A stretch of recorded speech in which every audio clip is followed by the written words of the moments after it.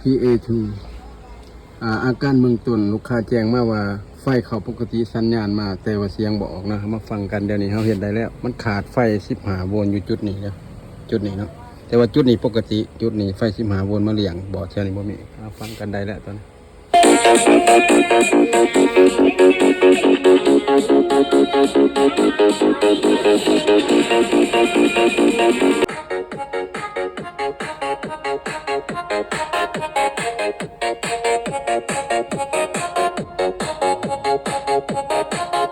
DJ Dave A.